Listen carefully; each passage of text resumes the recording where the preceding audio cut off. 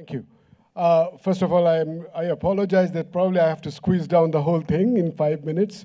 And, I've been learning a lot about ISRO, but what I'm going to talk about next very quickly is how the quantum technologies are picking up speed, not just globally, but also in India and specifically to our states in Karnataka.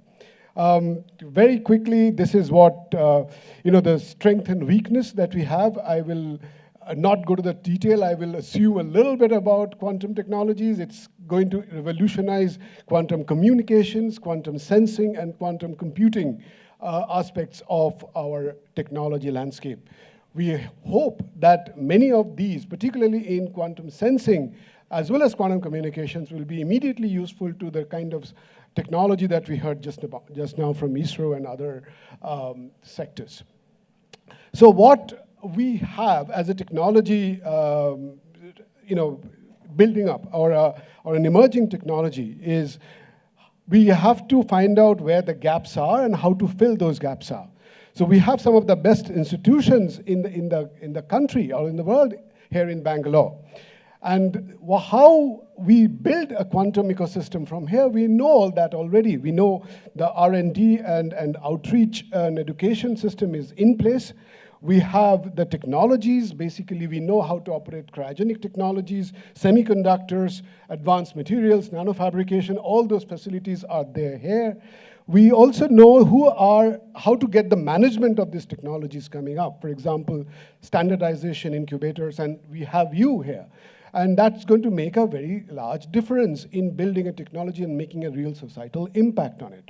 The problem is that there are huge gap between the final stakeholders, which are now in the life sciences, healthcare, defense, as well as space and energy. Each and every aspect of social life is going to get affected by the quantum technologies. And this gap is something that the Karnataka Quantum Mission started by the National Quantum Mission in 2019, and eventually launched in 2023, that aims to bridge.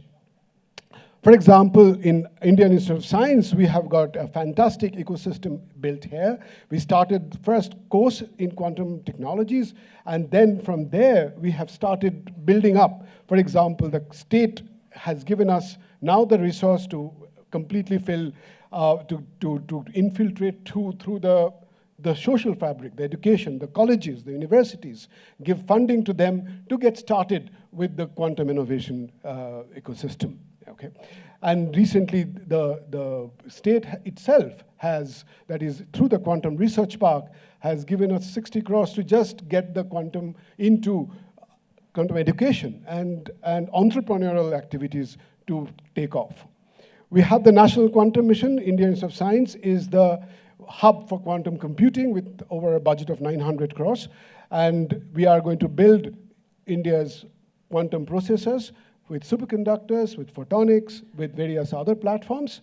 And then looking at all these, the private philanthropic agencies are not falling behind. For example, we have started collaborating or becoming a hub for the Vadvan Innovation Network.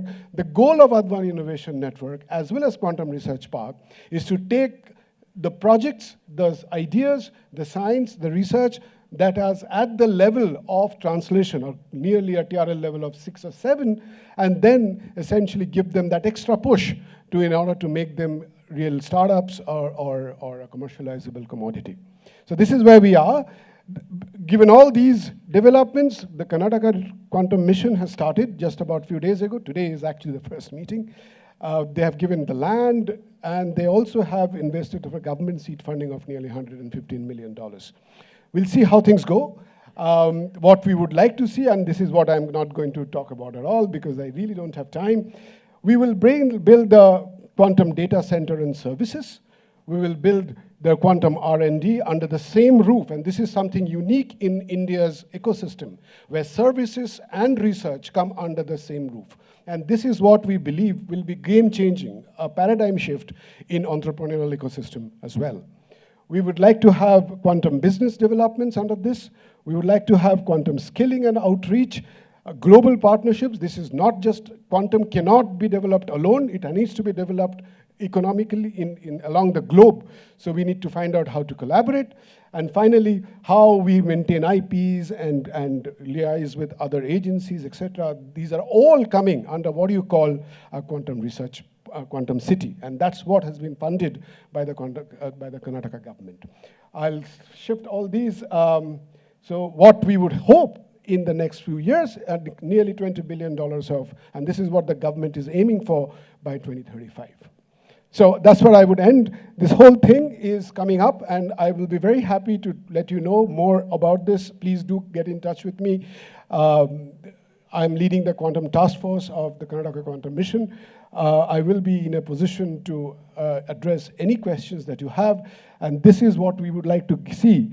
About 40 kilometers from here in Hesarghata, to be making the first quantum city in India. Thank you very much.